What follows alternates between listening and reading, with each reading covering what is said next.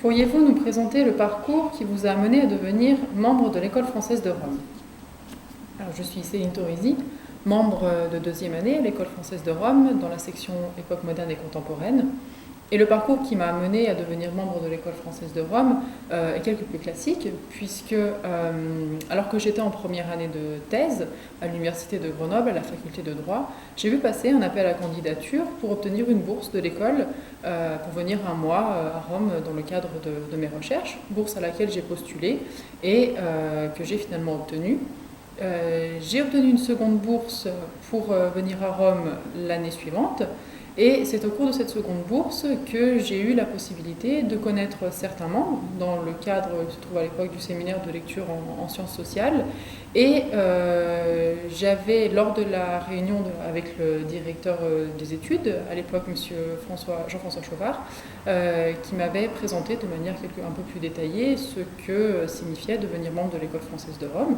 Et à partir de là, j'ai commencé à travailler pour présenter mon dossier. J'avais également rencontré à l'époque la directrice, Madame Catherine Virgouvet, qui m'avait fortement soutenue et engagée à présenter ma candidature, chose que j'ai faite. Et après plusieurs candidatures, j'ai obtenu le poste de membre à l'École française de Rome, ce qui pour une juriste est quelque peu atypique, je pense pour l'école également. Mais l'accueil et les échanges que j'ai pu avoir, tant avec les collègues qu'avec la direction des études et la direction même de l'école, a été ô combien favorable au bon aller, au bon déroulement de mes recherches.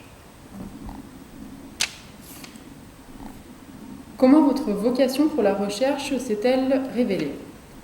Alors, ma vocation pour la recherche s'est révélée de manière quelque peu tardive, puisque j'étais en fin de première année de master, à l'époque à l'Institut d'études politiques de Grenoble, et je devais réaliser un dossier sur l'analyse politique, de la dimension politique des politiques publiques.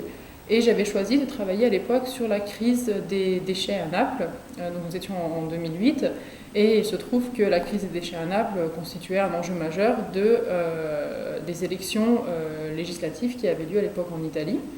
En parallèle, Roberto Saviano avait publié son livre Gomorra, et bien évidemment, de fil en aiguille, m'intéressant à la question de la crise des déchets à Naples, je me suis confrontée à la question mafieuse, élément sur lequel je connaissais presque rien ou très peu, et qui m'a profondément interrogée. Et donc, face à ce phénomène que je comprenais mal, voire pas du tout, la curiosité de citoyenne d'abord et de chercheurs, d'universitaires ensuite s'est éveillée, et c'est pour cette raison que j'ai décidé de poursuivre la recherche en m'attachant à l'étude de ce phénomène social ô combien complexe. Dans quelle direction souhaiteriez-vous poursuivre vos recherches? Alors, je suis actuellement donc en fin de ma deuxième année de membre à l'École française de Rome, et j'ai eu la chance et l'opportunité, grâce en partie à mon profil de juriste, de pouvoir postuler pour un poste en fait à la Cour constitutionnelle italienne que j'occuperai dès le septembre de l'année prochaine. Et il s'agira en fait de mener des recherches très ponctuelles, purement juridiques, des recherches de droit français pour les juges constitutionnels italiens, donc qui leur serviront dans le cadre de leur travail, dans les différents travaux de jugement effectués. Donc voilà pour une recherche strictement juridique. Et en parallèle, je n'abandonnerai pas pour autant la recherche, disons, plus fondamentale, la recherche plus universitaire. Donc j'entends bien évidemment continuer les recherches que j'ai entamées dans le cadre de ma thèse sur le phénomène des infiltrations mafieuses dans l'administration publique locale, avec une première manifestation scientifique qui sera le colloque organisé ici à l'École française de Rome les 3 et 4 octobre prochains.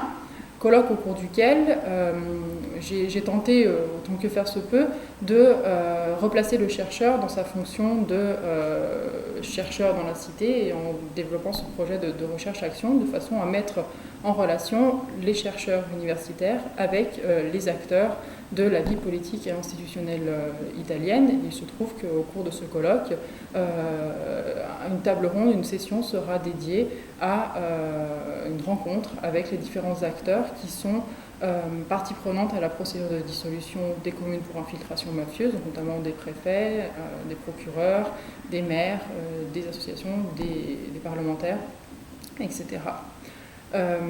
Et par ailleurs, je continuerai également à travailler dans le cadre d'un projet de recherche mené à l'école sur les villes métropolitaines, et donc projet de recherche quinquennal.